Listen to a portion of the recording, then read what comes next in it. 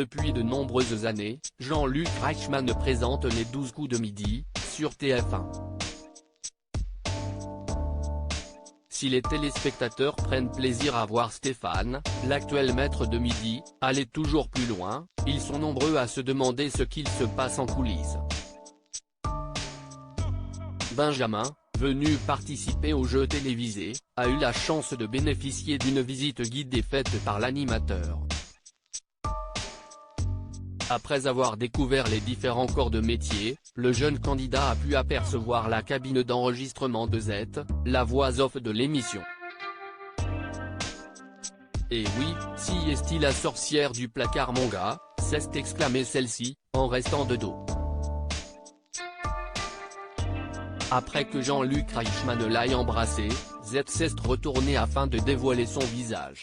Discrète dans les médias, Isabelle Bellage, de son vrai nom, avait évoqué son travail en août 2018 pour Sonacom. Proche de l'animateur, elle avait indiqué, dès le départ, il m'a donné la latitude pour délirer et pour jouer mon rôle d'ambianceuse, quitte à en faire trop d'ailleurs, sinon, ce serait moins drôle. Au départ, j'étais intimidé, mais il m'a incité à être naturel et bien que ce soit épuisant puisqu'on enregistre 5 émissions par jour, je trouve ça très fun de lui donner la réplique. Pour Femme Actuelle, Jean-Luc Reichmann avait précisé, on est très proches. On a commencé la radio ensemble. Z est l'une des premières personnes que j'ai rencontrées à Fun Radio Paris alors qu'elle était animatrice là-bas. C'était en 1987. On est amis depuis 32 ans. Jean-Luc Reichmann, on est amis depuis 1987. Dimanche 26 juin 2022, dans les colonnes de Télé Loisirs, l'animateur avait expliqué pourquoi le visage de Z n'apparaissait pas à l'écran.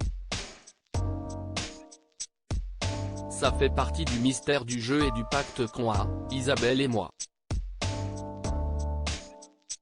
Ne pas voir son visage fait partie de l'imaginaire autour de son personnage, avait-il indiqué.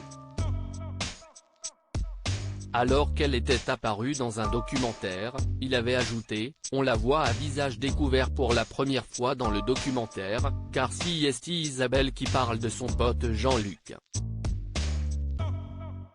On est amis depuis 1987, date où je suis monté à Paris. Elle fait partie de ma vie au quotidien, le midi. Dans le documentaire, elle a des mots hyper touchants pour moi. Dans le documentaire, on voit Isabelle Pazette.